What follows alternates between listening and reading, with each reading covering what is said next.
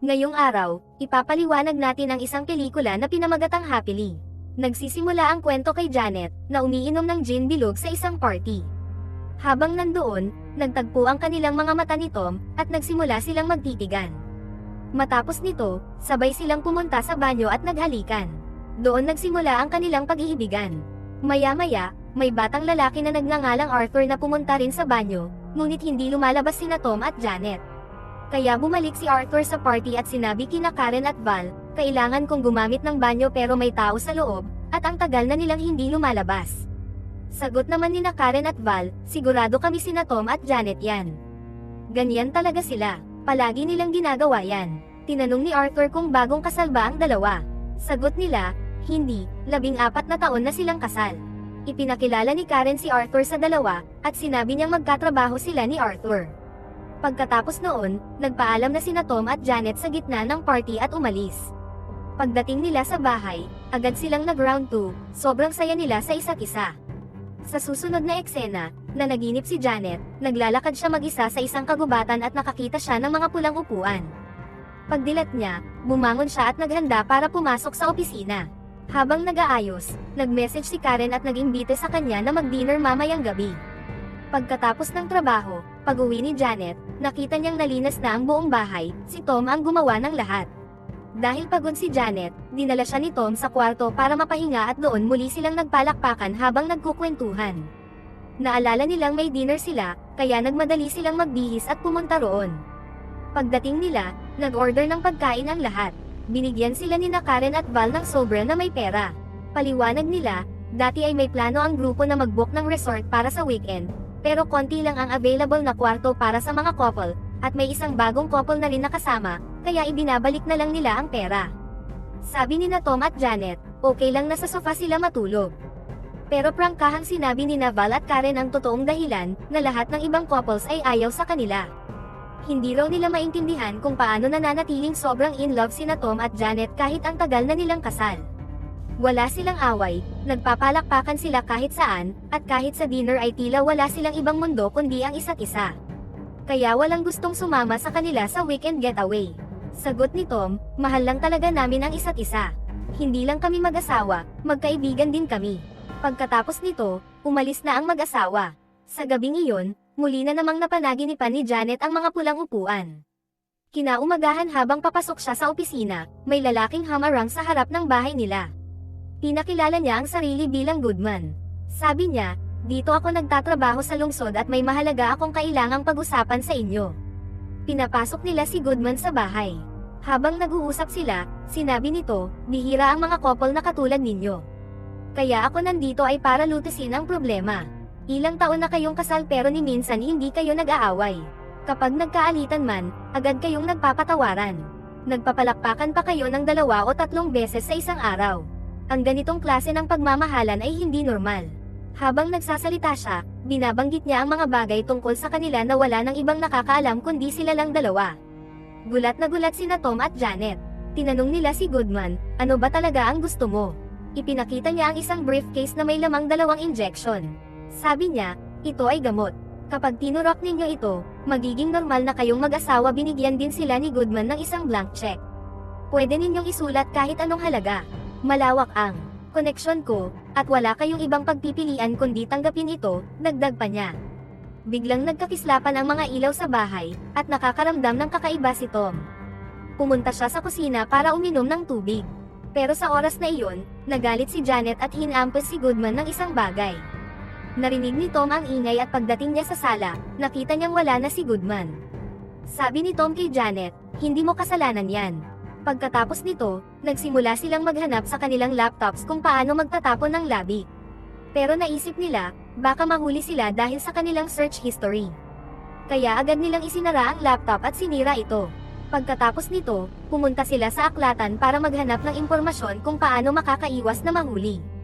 Doon nila pinili kung saan nila ililibing ang labi.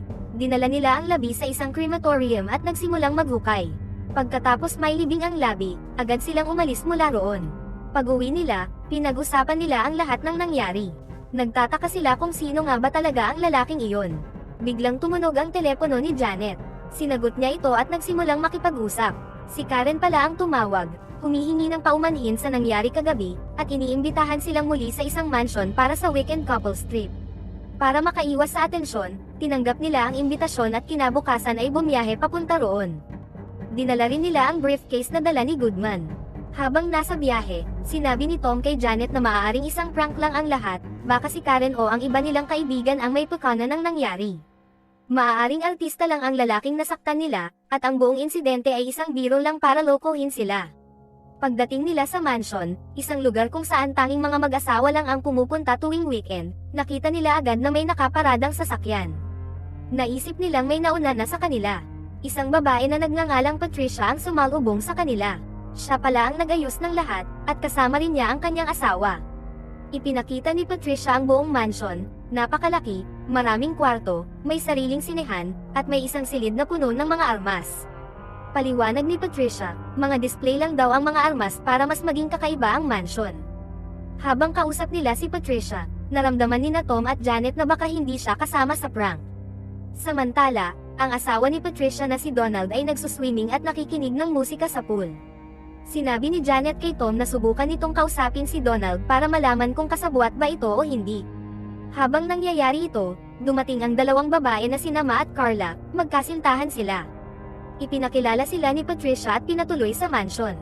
Pumunta si Tom sa pool para kausapin si Donald, pero halatang ayaw sa kanya ni Donald at hindi siya pinansin. Naiinis si Tom sa asal ni Donald at napagtanto niyang malamang ay wala itong kinalaman sa nangyari. Pagbalik sa kwarto, habang naliligo si Tom, kinuwento niya kay Janet na wala raw kinalaman sina Donald at Patricia sa kahit anong prank. Sabi niya, kailangan nating mag-ingat at panatilihing normal ang lahat. Habang nag-uusap sila, lumapit si Janet at sinabing, 2 o 3 oras na tayong nandito pero hindi pa tayo nagpapalakpakan. Kaya nagsimula na agad sila roon mismo sa banyo. Pagsapit ng gabi, dumating sina Karen at Val kasama ang isa pang mag-asawang sina Gretel at Richard. Tinanggap sila ni Patricia at sabay-sabay silang naghapunan. Habang kumakain, nagkwento si Patricia tungkol kay Val na noong kolehiyo ay palaging gumagawa ng mga prank. Pagkatapos ng hapunan, pumunta sina Tom at Janet sa kwarto at nag-usap. Sabi ni Janet, dapat kausapin mo si Karen para alamin ang totoo. Lumapit si Tom kay Karen at nakipag-usap. Sabi ni Karen, palagi ka na lang kay Janet, hindi ka ba nababagot? Lahat ng ginagawa niyo, pwede mo ring gawin kasama ko. Lumapit pa si Karen kay Tom at sinabing, pwede nating gawin ito ng tayo lang. Pero tumanggi si Tom, mahal ko si Janet at ayokong lokohin siya. Kaya umalis si Karen, halatang nasaktan. Nagumpisa na ang party, umiinom na ang lahat, nagkakasayahan. Dahil sobra na ang ininom nila, naubos ang lahat ng bote. Sabi ni Patricia, wala nang pwedeng magmaneho sa atin. Ngunit gustong uminom pa ng lahat. Kaya sabi ni Janet, hindi pa ako umiinom, ako na lang ang bibili ng mga bote. Pag-alis niya, sumama rin si Gretel. Pagdating sa palengke, habang bumibili sila ng alak, nakita ni Janet si Goodman. Ngunit sa isang iglap ay nawala ito. Kinabahan si Janet at nagsimulang hanapin si Goodman sa loob ng tindahan, pero hindi niya ito makita kahit saan. Litong-lito siya at tumawag kay Tom. Sabi ni Tom, baka guni-guni mo lang yan. Huwag kang masyadong ma-stress, baka kamukha lang niya yung nakita mo. Paglabas ni Janet habang kausap si Tom sa telepono, nakita niya si Goodman sa loob ng isang sasakyan. Huminto ito sa harap niya, kumaway at nagpaalam bago umalis. Matinding takot ang naramdaman ni Janet. Sigurado na siyang buhay pa si Goodman, at sinabi niya ang lahat kay Tom. Hindi rin alam ni Tom kung ano ang dapat gawin. Kaya gumawa siya ng palusot kay Karen, kinuha ang susi ng lagayan ng armas, at nagnakaw ng armas mula roon. Pagbalik ni Janet, agad silang nag-usap ni Tom at ipinakita nila ang briefcase ni Goodman sa lahat. Tinanong nila kung may nakakakilala ba rito. Lahat sila ay nagsabi, si Goodman yan. Doon nila inamin sa lahat ang buong katotohanan tungkol kay Goodman at sa briefcase. Nagulat ang lahat at sinabing, bakit ngayon nyo lang sinabi to? Ano bang ginagawa nyo nitong mga nakaraang araw? Tinanong ni Tom, may scientist ba sa inyo? Para malaman natin kung anong laman ng mga injection na ito. Doon naalala ni Karen na may katrabaho siyang si Arthur, isang scientist. Kaya tinawagan niya ito at sinabing dalhin ang kanyang microscope at pumunta agad sa mansion. Pagkatapos, sinabi ni Karen sa lahat, darating si Arthur bukas ng umaga, kaya dapat matulog na tayong lahat. Ngunit nagsalita si Donald, paano kung bumalik si Goodman habang natutulog tayo? Sumagot si Patricia, ligtas ang buong mansion. May mga motion sensor sa paligid kaya walang makakapasok ng hindi natin nalalaman. Matapos iyon, nagpunta na sa kani-kanilang kwarto ang lahat para matulog. Pero kahit ganoon, takot pa rin sila sa maaaring mangyari sa gabi. Habang lahat ay natutulog na, biglang nagising si Tom at pumunta sa banyo. Pagtingin niya sa kanyang baywang, pakiramdam niya ay may tumurok sa kanya ng karayom. Bumalik siya sa kwarto at binuksan ang kanyang briefcase. Nang bumaba siya sa sala, nakita niyang may isang syringe na bakante. Labis siyang kinabahan. Biglang dumating si Karen at lumapit sa kanya. Sinimulan nitong akitin si Tom, at dahil sa epekto ng injection, hindi na niya napigilan ang sarili. Samantala, nagising si Janet. Dahil may mga kamera sa buong bahay, nakita niya sa monitor sa kanyang kwarto ang nangyayari kina Tom at Karen. Labis siyang nasaktan at nadurog ang puso niya sa nakita. Pagbalik ni Tom sa kwarto, walang sinabi si Janet at tahimik na lang itong natulog. Kinabukasan, labis ang pagsisisi ni Tom dahil niloko niya si Janet. Dumiretso siya kay Patricia at tinanong kung paano niya nahanap ang mansion.